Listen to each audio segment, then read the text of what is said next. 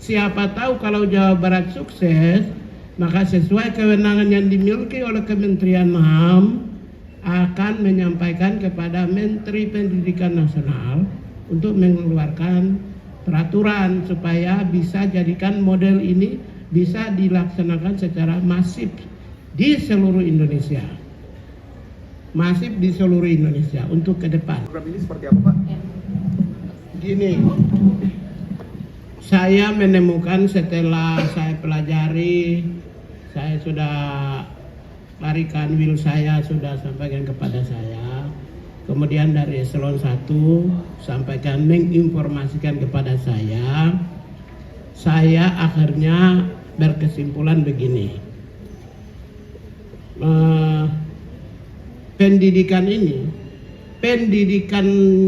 yang dicanangkan oleh Gubernur Jawa Barat ini, orientasinya adalah peningkatan kualitas sumber daya manusia. Kualitasnya apa? Satu, knowledge, pengetahuan. Yang kedua, peningkatan keterampilan. Yang ketiga adalah peningkatan mental, kualitas mental, produktivitas, disiplin, tanggung jawab. Kalau variabel-variabel ini seirama, senasib, sejiwa dengan hak asasi manusia. Ya, berarti nggak ada dong, tidak masuk ke wilayah-wilayah yang bertentangan dengan hak asasi manusia.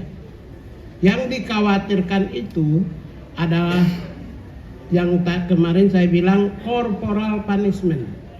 Seperti orang tua atau di sekolah mendidik anak cubit telinga, yang pukul, mendisiplinkan anak yang berlangsung pada masa pendidikan ala masa lampau. Itu yang kita khawatir. Setelah kami cek ternyata tidak corporal punishment.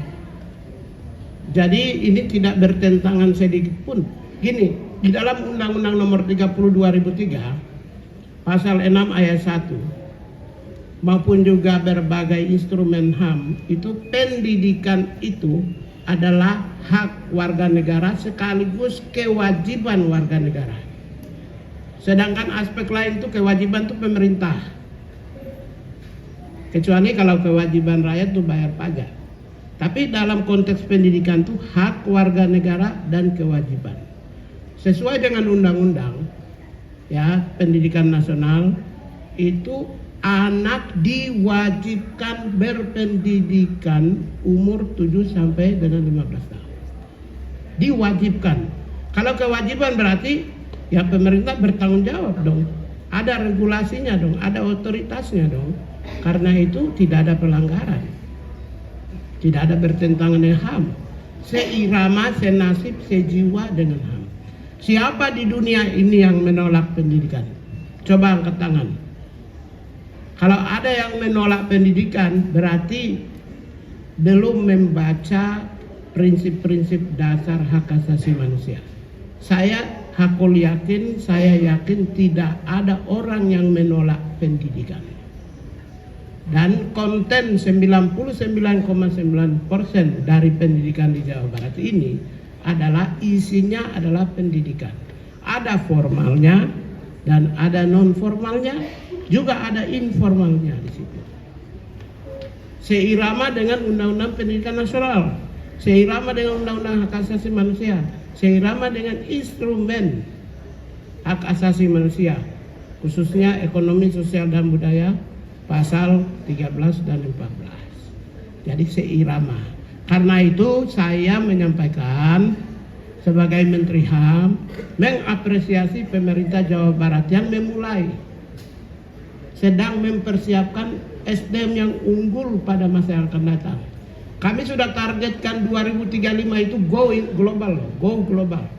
Bagaimana kalau go global tapi mindset karakternya tidak humanis, karakternya tidak, disiplinnya tidak tinggi, mentalnya tidak bagus, tidak produktif, tidak tanggung jawab. Gimana kita mau go global? Gimana 2045 kita leading di dunia? Sesuai dengan Indonesia Emas, kita harus memimpin dunia kalau SDM-nya tidak unggul. Oleh karena itulah hal baik yang sedang dimulai di Jawa Barat ini, menurut saya kami ikut turut serta mendorong, ya, ikut turut serta mendorong.